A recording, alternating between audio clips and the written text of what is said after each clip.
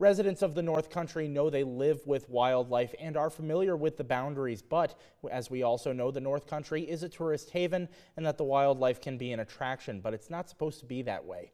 Over the weekend, a mother bear and her 2 cubs were euthanized after an interaction with some tourists initiated by the humans. Some residents in Old Forge, where the incident took place, are not happy with the interaction and the repercussions. Reporter Zion Decado has more.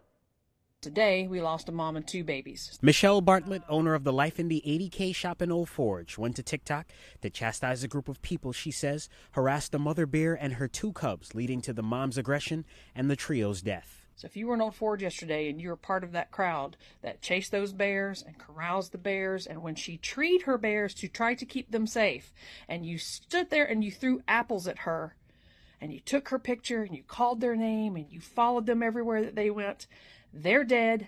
I hope you're happy. The DEC didn't get into as much detail, but said the situation fell under a Class 1 bear interaction. It means that the bears showed dangerous behavior to people and pets, were likely to attack, and would have been previously deemed a threat, and therefore had to be put down. If we as a human species had given her room to just walk through town or walk from this location to the next location without following her and without making her feel trapped, she would have just moved right on and walked right through like she did all the other days. Both Bartlett and DEC big game biologist Brendan Quirian urge people to leave bears alone. Don't approach them. Don't attempt to feed them. And just give them some space. And if you come into close contact with a bear, the biologist gives simple advice. Make noise. Don't run. Usually they will be frightened by that and will move off on their own.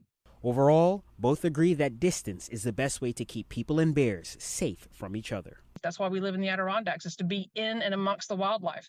But we also need to leave them alone and let them do what they need to do. Wildlife, the first word is wild.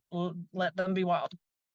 Now, if you found yourself breathing a little out of breath actually lately, it might not be your fault. I'm sorry to say that it's actually Canadian wildfires. Officials in Albany say that smoke from wildfires burning in Western Canada is moving through New York State at elevations of 2 to 3 miles above the earth, and that's having an impact on our local air quality.